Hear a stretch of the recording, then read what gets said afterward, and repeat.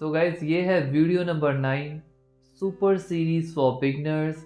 और गाइज इस वीडियो में हम बात करने वाले हैं all about your first song. Guys इस वीडियो तक पहुंचते पहुंचते हमने बहुत सारी डिफरेंट डिफरेंट चीज़ों के ऊपर बहुत ही डिटेल और डेप्थ में डिस्कशंस करी हैं।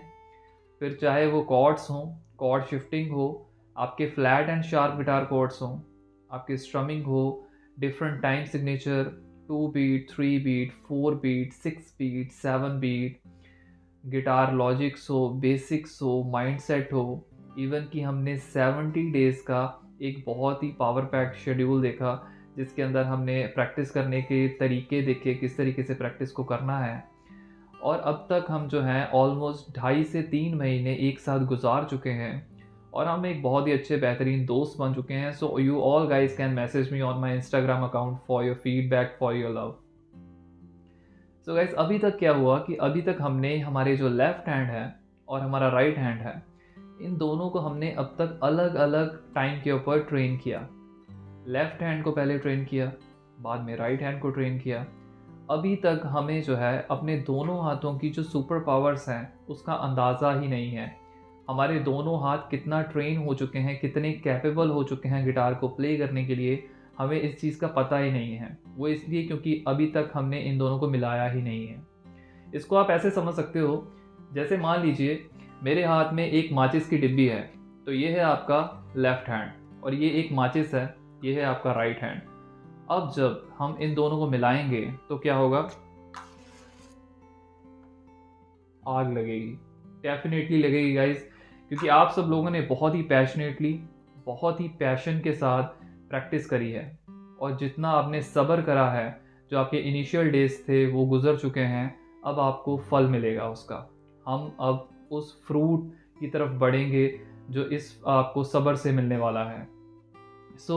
इसके अंदर ये चीज़ है कि अब तक जितनी चीज़ें करनी थी, जो एक प्रैक्टिस वाला एक हार्डकोर सेशंस थे, वो ख़त्म हो चुके हैं। अब हमें गिटार को एंजॉय करना है, गानों को प्ले करना है। तो इसके लिए सबसे इम्पॉर्टेंट चीज़ ये है कि हम अपने पहले गाने से शुरुआत करने वाले हैं।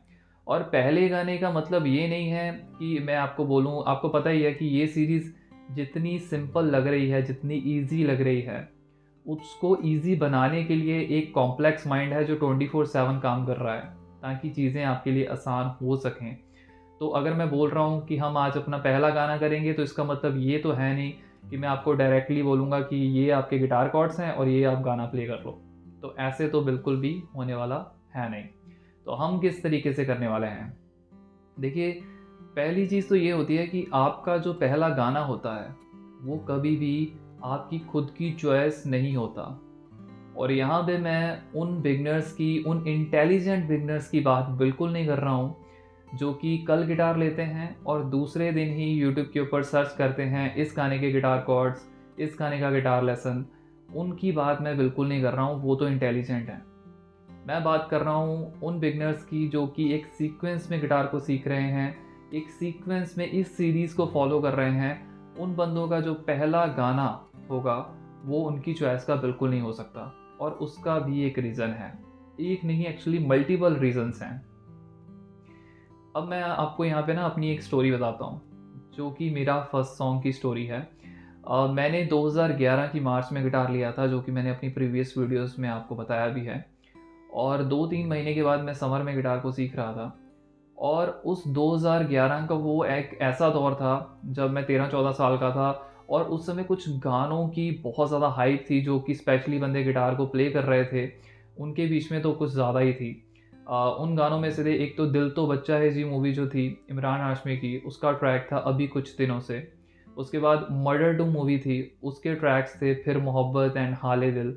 मतलब इमरान हाशमी की मूवीज़ के ट्रैक्स तो हमेशा से फेवरेट थे जितने भी गिटार प्लेयर्स थे। और उस समय में, उससे पहले उनकी तुम मिले मूवी आई थी, उसके ट्रैक्स हो गए, क्रुक मूवी के ट्रैक्स हो गए। और 2011 की जो मैं गानों की बात कर रहा हूँ, तो दम मारो दम के 2 ट्रैक्स थे, जिए क्यों और टीएमओ।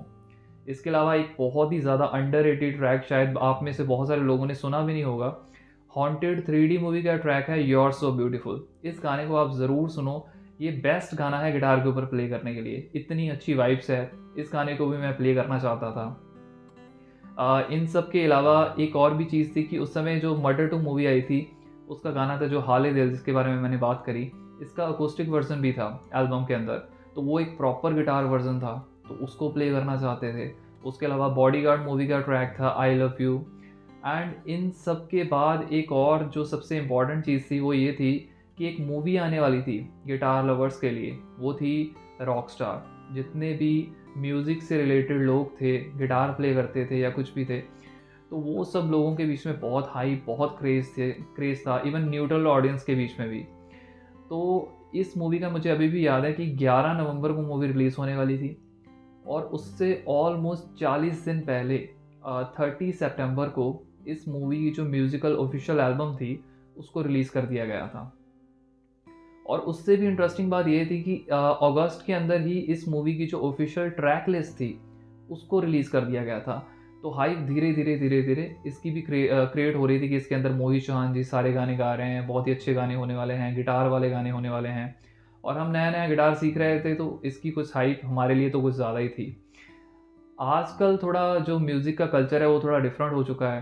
पहले तो ऐसे होता था, ट्रैक लिस्ट आती थी, फिर 40-40 दिन पहले ही एल्बम को रिलीज़ कर दिया जाता था। आजकल एक मूवी के अंदर 4 गाने हैं, तो 1 महीने का प्रमोशन होता है। पहले एक गाने को रिलीज़ किया जाता है वीडियो के साथ, फिर हफ्ते के बाद दूसरा गाना वीडियो के साथ, फिर तीसरा, फिर चौथा, और फुल एल्बम कब रिलीज़ होती है हमें पता ही नहीं चलता। मूवी रिलीज़ होने के बाद कहीं वो रिलीज़ कर देते हैं, और इवन हमें ये भी अंदाज़ा नहीं रहता कि इस मूवी के अंदर कोई रीप्राइज वर्जन, कोई अनप्लग्ड वर्जन ये है भी या नहीं है। तो हाँ, अब थोड़ा कल्चर डिफरेंट हो चुका है, पहले कुछ बात और थी। अच्छा चलो, एक और चीज़ है कि ये सब जो गाने मैंने आपको पहले मेंशन करे हैं, इन गानों को मैं गिटार के ऊपर प्ले करना चाहता था। तो जब बारी आई मेरे पहले गाने की, तो मैंने सर को बोला कि सर मुझे ये गाने जो हैं ये प्ले करने हैं। और सर ने मुझे क्या बोला कि आपको ये गाने नहीं प्ले करने, आपको मैं गाना दे रहा हूँ, आप इसको प्ले करो। और वो गाना कौन सा था? वो गाना था कैलाश खेर जी का तेरी दीवानी। अब मैं जो था ना, इस डिसीज़न से खुश नहीं था, क्योंकि मेरा इंटरेस्ट नहीं था उस गाने के अंदर। तो मैंने सर को बोला कि सर नहीं, आप मेरे को ये सिखाओ, तो उन्होंने बोला नहीं, आपको यही सीखना है।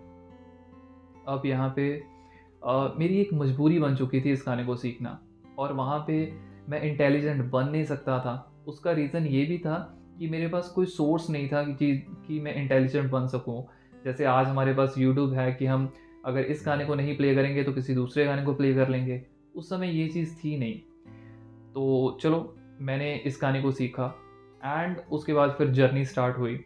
लेकिन इस गाने को सिखाने के पीछे जो उनकी एक आइडियोलॉजी थी, जो उनका एक माइंडसेट था, उस चीज़ से मैं आज रिलेट कर पा रहा हूँ, जब मैं आपको आपका फर्स्ट सॉन्ग बताने जा रहा हूँ।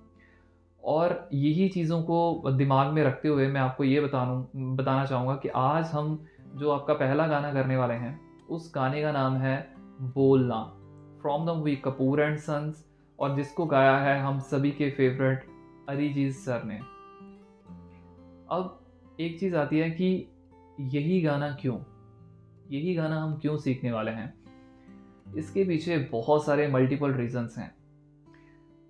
सबसे पहला रीज़न तो ये है कि इसके अंदर है हमारे सिर्फ़ और सिर्फ़ 2 guitar chords, only 2 guitar chords, इसका जो हम मुखड़ा करेंगे।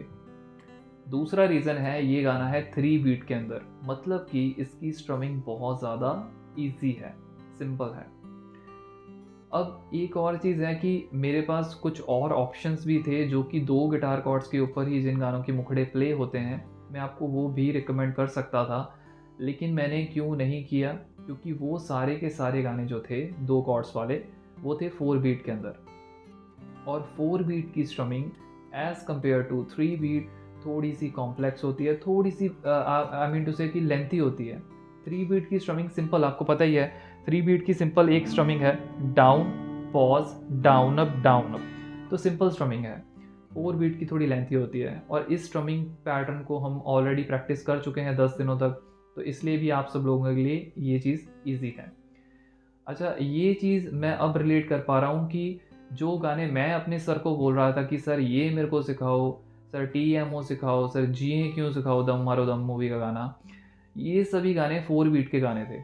और जो उन्होंने मेरे को सिखाया था पहला मेरा गाना तेरी दीवानी, वो 3 बीट का गाना था। उसके अंदर सिंपल 3 गिटार कॉर्ड थे, E minor, D major and C major.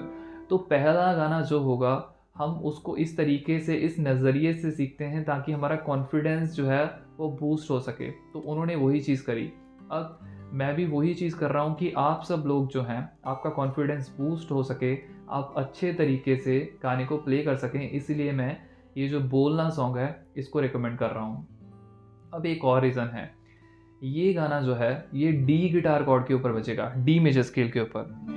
और इसका फ़ायदा ये है कि जितने भी मेल वोकलिस्ट हैं या फीमेल वोकलिस्ट हैं, दोनों ही इसको डी के ऊपर गा सकते हैं आराम से। ऐसा नहीं है कि फीमेल को चेंज करना पड़ेगा स्केल या मेल को चेंज करना पड़ेगा, ऐसा बिल्कुल नहीं है।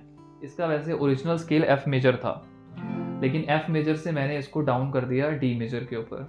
अब यहाँ पे बहुत सारे लोगों को ये लग रहा होगा कि यार ये स्केल मैं बोल रहा हूँ, स्केल्स होते क्या हैं, क्या मतलब डी स्केल, एफ स्केल, ये क्या चीज़ है। तो स्केल्स के बारे में हम आगे पढ़ेंगे, ज़रूर देखेंगे, सीखेंगे, समझेंगे।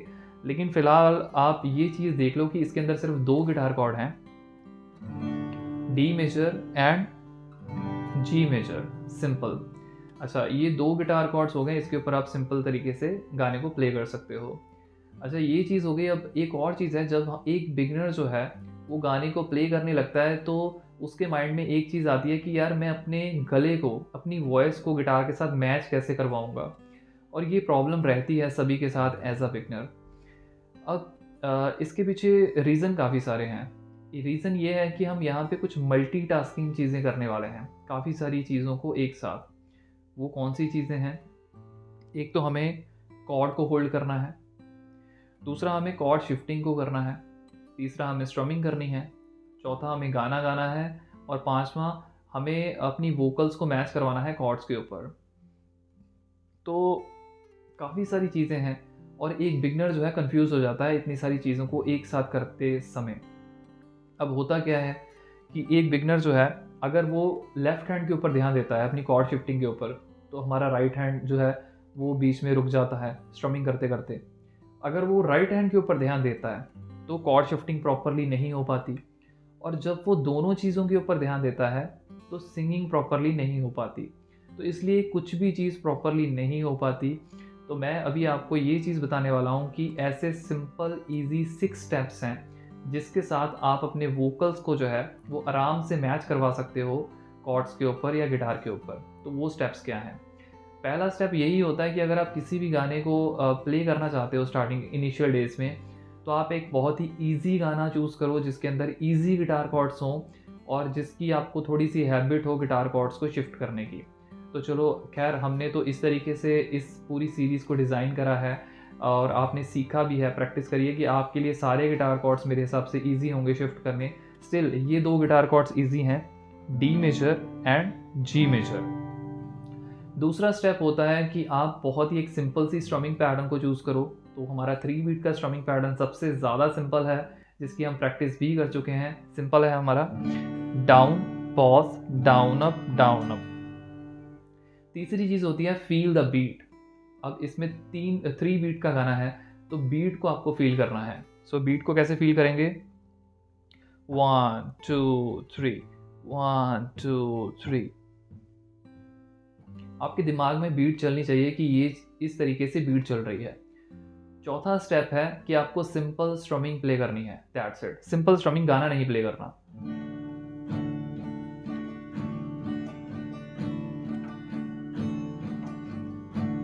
ये स्ट्रमिंग सिंपल प्ले करते रहो डी मेजर कॉर्ड के ऊपर जब तक आपको कॉन्फिडेंस ना आ जाए।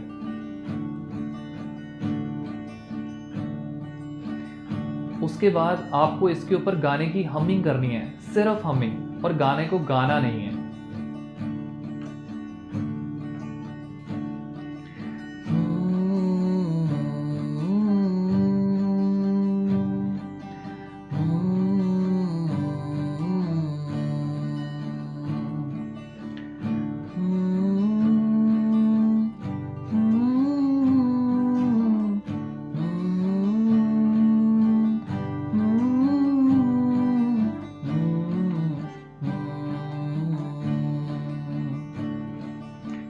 सो इस तरीके से हमिंग करते रहो सिर्फ स्ट्रमिंग के ऊपर, गाना मत गाना जब तक कॉन्फिडेंस नहीं आ जाता, और जब कॉन्फिडेंस आ जाए तब हम गाने को स्टार्ट करेंगे। छोटे या ना छोटे मुझसे रंग तेरा ढोलना, एक तेरे बाजू दूजा मेरा कोई मोल ना, बोलना माही बोलना।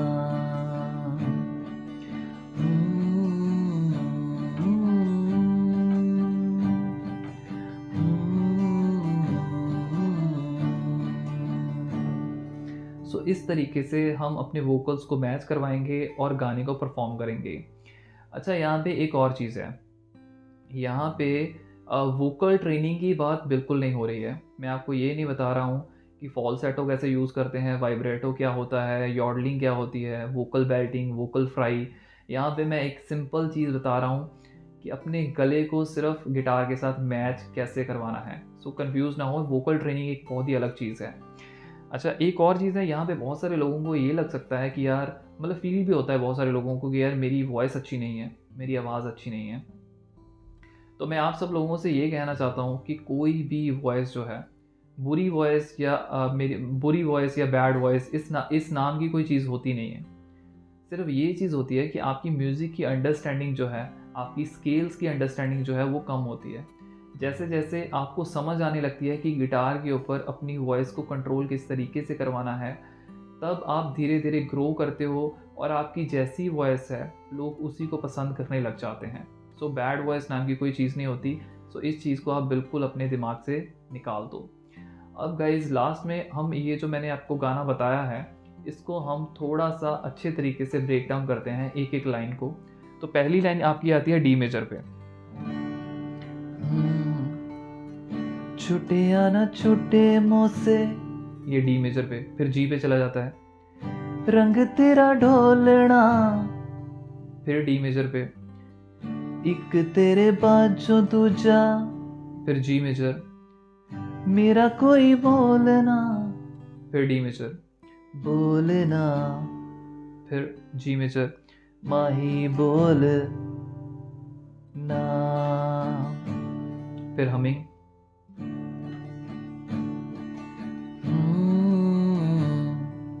फिर जी के ऊपर,